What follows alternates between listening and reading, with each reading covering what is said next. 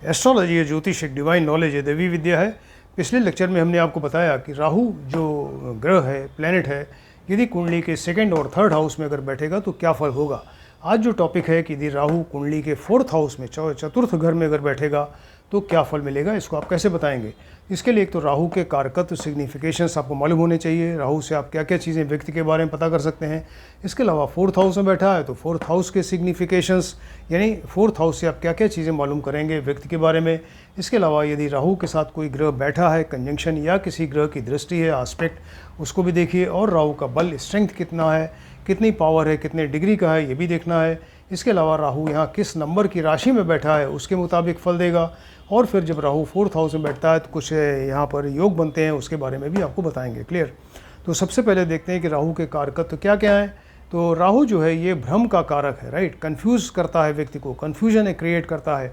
Cleverness का कारक है, ये व्यक्ति को चतुर बनाता है। और इसके अलावा ऐसा व्यक्ति जो है बड़ा महत्वाकांक्षी होता है और एम्बिशियस होता है। और राहु जो है ये अचानक फल देने वाला है, सडन अनएक्सपेक्टेड जो है चीज़ ऐसी कुछ होगी जो जिसका उम्मीद नहीं की गई थी, इस तरह का कोई फल मिलता है इससे। इसके अलावा ये दंगा फसाद कहीं हो रहा हो, राइट्स हो रहा हो, क्रांति हो रही हो, रिवॉल्यूशन, या राजद्रोह हो रहा हो, रेबेलियन, तो उसका कारक जो है राहु है। उसके बारे में राहु को देखते हैं। इसके अलावा गुप्त बातें जैसे सीक्रेट्स हैं, उनके लिए राहु जो है वो उसका कारक होता है। इसके अलावा ये सर्प, स्नेक का कारक है, स्नेक का जो उसका विष है उसका कारक है। इसके अलावा विदेश से इसका रिलेशन है, यानी विदेश यात्रा हो, विदेश में सर्विस हो, बिजनेस हो, या विदेश में सेटल हो जाए, उन सब चीज़ों का कारक है। इसके अलावा ये टेक्निकल फील्ड, मेडिकल फील्ड है, या पॉलिटिक्स वगैरह में ये ऐसा इसका कारक है, राइट। इन सब चीज़ों के लिए ये राहु को देखा जाता है। अब देखते हैं कि राहु यहाँ फोर्थ हाउस में बैठे हैं। फोर्थ हाउस से आप क्या क्या चीज़ें मालूम कर सकते हैं। तो फोर्थ हाउस जो है ये मदर का कारक है। फोर्थ हाउस से मदर के बारे में पता चलता है, मदर का फुल डिटेल्स, उनका स्वास्थ्य कैसा है, उनसे व्यक्ति को कितना सपोर्ट है, तमाम चीज़ें। इसके अलावा ये हैप्पीनेस का कारक है, इंसान अंदर से कितना खुश है, हैप्पीनेस, उसके जीवन में कितनी खुशी है, ये पता चलता है इससे। इसके अलावा ज़मीन है, मकान है, जो इमूवेबल प्रॉपर्टी है उसको देखते हैं। इसके अलावा कन्वेंस, वाहन के बारे में फोर्थ हाउस देखा जाता है। इसके अलावा घरेलू सुख सुविधाएं हैं, डोमेस्टिक एमिनिटीज़ हैं, हाउस होल्ड कम्फर्ट्स हैं, ये इन सब चीज़ों को के बारे में फिर ये फोर्थ हाउस को देखा जाता है। क्लियर। इसके अलावा ये मेंटल पीस का कारक है, यानी दिमागी तौर से इंसान कितना शांत है, कितना खुश है, कितना धैर्यवान है, वो सारी चीज़ें यहाँ फोर्थ हाउस से पता चलती हैं। इसके अलावा फोर्थ हाउस जो है वो एक वाटरी प्लेस है, यानी जहाँ भी जल है, नदी है, समुद्र है, कुआं है, झील है, तालाब, तमाम चीज़ जहाँ भी जल है उसके बारे में अगर प्रेडिक्शन करना है तो आपको फोर्थ हाउस देखना पड़ेगा। इसके अलावा ये शिक्षा का भी कारक है। शिक्षा में, एजुकेशन में अप टू 10th स्टैंडर्ड तक की पढ़ाई यहाँ से देखी जाती है। और इसके अलावा ये मदरलैंड का भी घर है, मदर का भी घर है। और मदरलैंड यानी जन्मभूमि में व्यक्ति रहेगा या जन्मभूमि से बाहर जाएगा, ये सारी चीज़ें यहाँ फोर्थ हाउस से देख सकते हैं। इसके अलावा ये फोर्थ हाउस से जनता से कितना सपोर्ट है ये देखा जाता है। जो पॉलिटिशियंस हैं, नेता लोग हैं, उनकी कुंडली में ये बहुत इंपॉर्टेंट होता है कि यहाँ फोर्थ हाउस से देखा जाता है कि उनको जनता से कितना सपोर्ट मिल रहा है, ये देखा जाता है। हर एक हाउस का अपना एक कारक ग्रह होता है, सिग्निफिकेटर या केयर टेकर होता है। और फोर्थ हाउस के जो कारक ग्रह 3 हैं, चंद्रमा, बुध और शुक्र, राइट। चंद्रमा, बुध और शुक्र, इसके 3 कारक ग्रह हैं। अब देखते हैं राहु यहाँ किस राशि में बैठा है। सपोज राहु अपनी उच्च राशि जो इसकी वृषभ या मिथुन राशि है, और मित्र की राशि है ये शुक्र है, शनि है और बुध है, यानी वृषभ, तुला, मकर, कुंभ और मिथुन और कन्या, अगर इन राशि में बैठेगा तो डेफिनेटली बहुत बढ़िया फल करेगा। ऐसा व्यक्ति बड़ा साहसी होता है, निडर होता है, और उसको ज़मीन, मकान, वाहन, इन सब की बड़ी सुविधा प्राप्त होती है, बहुत फ़ायदा होता है उसे। और लेकिन ये राहु एक क्रूर और पापी ग्रह है, और ये मेंटल पीस का घर है। तो यहाँ पर थोड़ा सा व्यक्ति के मन में एक बेचैनी सी रहती है, एक अंदर से डिस्कम्फर्ट सा बना रहता है। और मदर से भी इसका रिलेशन जो है वो प्लस माइनस रहता है। मदर का स्वास्थ्य अच्छा भी हो सकता है, कभी ख़राब भी हो सकता है, और मदर से सपोर्ट भी जो है मिल सकता है या नहीं भी मिल सकता है। अचानक धन की लाभ होता है, राइट, क्योंकि अचानक फल देने वाला है तो अचानक धन का लाभ होता है। प्रॉपर्टी से इसको लाभ होता है। और विदेश से में सफल होता है, विदेश में यात्रा करे, वहाँ सर्विस करे, बिज़नेस करे, सेटल हो जाए, इन सब चीज़ों में ये है, इसको फ़ायदा होगा। इसके अलावा ये टेक्निकल फील्ड है, मेडिकल फील्ड है, और पॉलिटिक्स है, एडमिनिस्ट्रेशन है, गवर्नमेंट सर्विस है, एडमिनिस्ट्रेशन है, इन सब चीज़ों में ये व्यक्ति सफल हो सकता है। क्लियर। अब देखते हैं, सपोज़ राहु यहाँ पे नीच राशि में बैठ गया, यानी वृश्चिक या धनु राशि हो, और शत्रु राशि है इनकी सूर्य, चंद्रमा और मंगल। क्लियर। सूर्य की राशि 5 नंबर सिंह राशि, 4 नंबर चंद्रमा की कर्क राशि, मंगल की मेष और वृश्चिक राशि। अगर इसमें बैठेगा तो अच्छा फल नहीं करेगा, मेंटल पीस पूरी तरह डिस्टर्ब हो जाएगी, बड़ा एंग्जाइटी, टेंशन, डिप्रेशन में रहेगा, एक भ्रम की स्थिति बनी रहेगी, बार बार जो है वो अपना घर बदलता है, अपना कैरियर बदलता है, उसको कंफ्यूज रहता है कि क्या करें क्या ना करें। इसके अलावा ज़मीन, मकान, वाहन से परेशान रहेगा, उससे एडवांटेज नहीं मिल पाएगा इसको। मदर से भी रिलेशन अच्छा नहीं रहेगा, मदर का स्वास्थ्य खराब रहेगा, और शिक्षा में बाधा आएगी, पढ़ाई में मन ही नहीं लगता इसका। राइट, यहाँ से शिक्षा में बाधा आएगी, या काफ़ी गैप के बाद फिर पढ़ाई करेगा।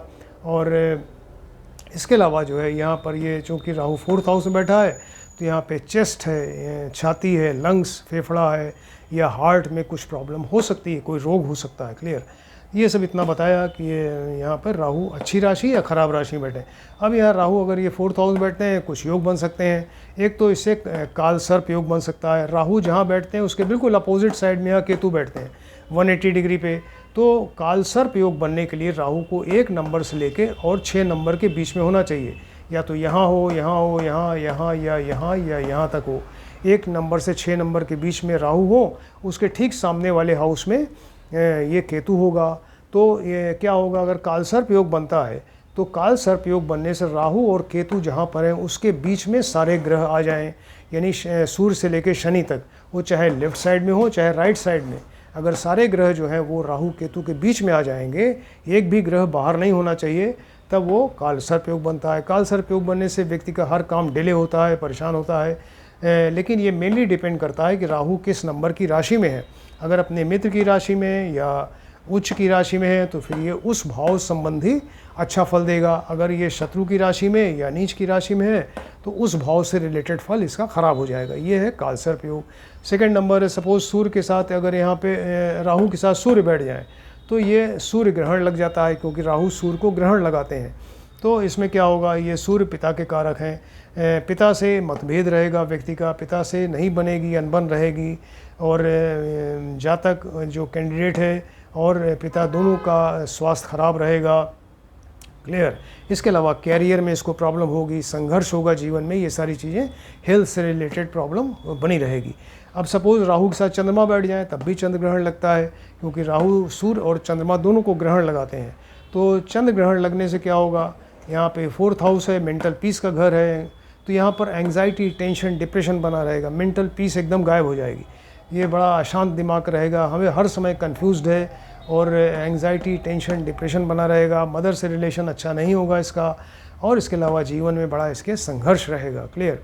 अब इसके अलावा देखते हैं अंगारा के योग, यानी राहु के साथ अगर मंगल बैठ जाए, राहु प्लस मंगल अगर बैठ जाएं और एंड दोनों जो है वो मारक हों, यानी दोनों नेगेटिव फल देने वाले हों, दोनों यहाँ पर लग्नेश के शत्रु हों, तो ये अंगारा के योग इस तरह से बनेगा। इसका फल होगा कि ऐसा व्यक्ति फिर बड़ा क्रोधी होगा, चिड़चिड़ा, जिद्दी होगा, ऑब्स्टिनेट पर्सनैलिटी, और जल्दबाज टाइप का होगा, बड़ा हिंसक हो सकता है, आक्रामक हो सकता है, ये इवन आतंकवादी तक बन सकता है। क्लियर।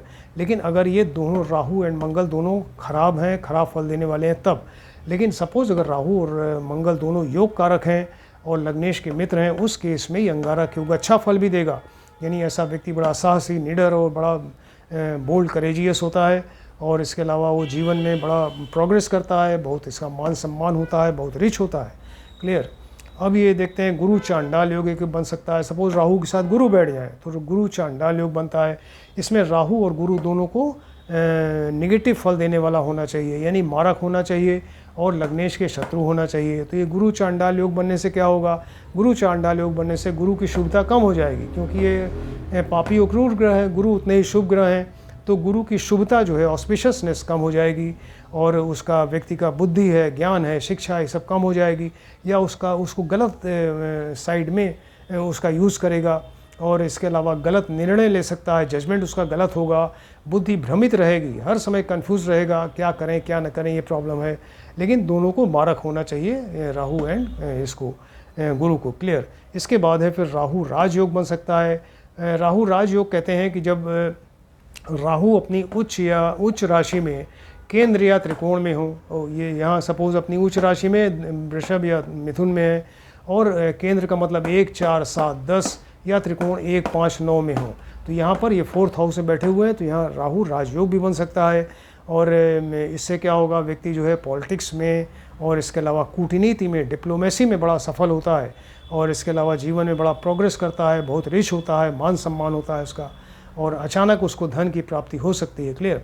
इतना सब इन्फॉर्मेशन आपको दिया कि यदि राहु यहाँ 4th हाउस में बैठे हैं तो क्या फल मिलेगा। आप इसको ध्यान से देखें, स्टडी करिए। किसी ने अगर हमारा चैनल सब्सक्राइब नहीं किया है, काइंडली सब्सक्राइब करें, जिससे आने वाले भी बहुत सारे वीडियो हैं, आप एक एक करके देखते जाइए और आप भी आसानी से ज्योतिष सीख सकते हैं। Thank you.